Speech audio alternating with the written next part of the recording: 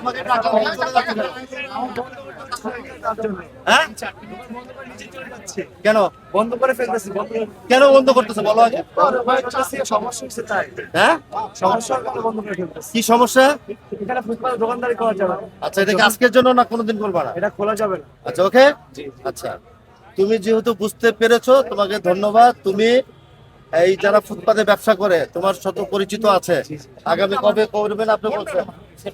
দুই একদিনের মধ্যে তোমাদের যত ব্যবসায়ী আছে সবার সাথে আমি কথা বলবো। জি জি জি আজকে এর জন্য কিন্তু আসছিলাম। জি জি জি। এখন আমাদেরকে দেখে তোমরা আগে থেকে সব বন্ধ করে চলে গেলে হবে না, তারা কিন্তু সমস্যার সমাধান করবো না। তা তো অবশ্যই।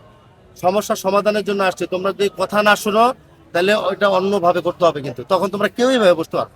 বুঝতে পারছি। আমরা মানবিক জিনিসটাও দেখতেছি, তোমরা ব্যবসা করতেছো, তোমাদের তো মানবিক বিষয়টা আমাদেরকে দেখতে হবে। জি অবশ্যই। এখন তোমরা যদি এটাকে না শোনো তাহলে ফোর্স করে তোমাদেরকে এখান থেকে বের করে দিতে হবে। তাহলে সমস্যার মধ্যে আসতে হবে। ঠিক আছে, এটা মাথায় রাখো এবং তোমার মাধ্যমে যত পরিচিত আছে সবাইকে বলবা। অবশ্যই। আমরা অন্য জায়গায় একটা ব্যবস্থা করে দিব, সেখানে তোমরা ব্যবসা করবা, বাট ফুটপাতে কোনো ব্যবসা করা যাবে না। অবশ্যই। আর যদি এটা একইভাবে কেউ কারো প্রয়োজনায় তোমরা বসো, তোমাদের লস হয়ে যাবে। তা তো অবশ্যই।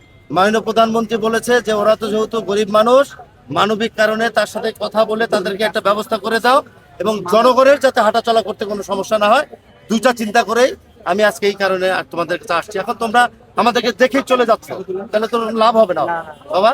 না, লাভ হবে করতে হবে। সবাইকে, তুমি আমি যাওয়ার পরে সবাইকে বলবো এই কথা। অবশ্যই অবশ্যই। ঠিক আছে? জি অবশ্যই।